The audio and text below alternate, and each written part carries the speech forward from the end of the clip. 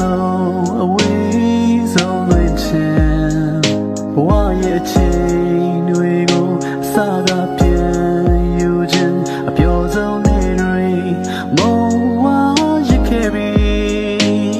ရင်ခုန်တဲ့တွေကိုပြန်ချရဲ့ခိုင်မာတန်နာရီပါခွဲတကယ်တော့မဟုတ်ခဲ့တာရင်နာတဲ့ကံကိုကိုမယုံချင်ဘူး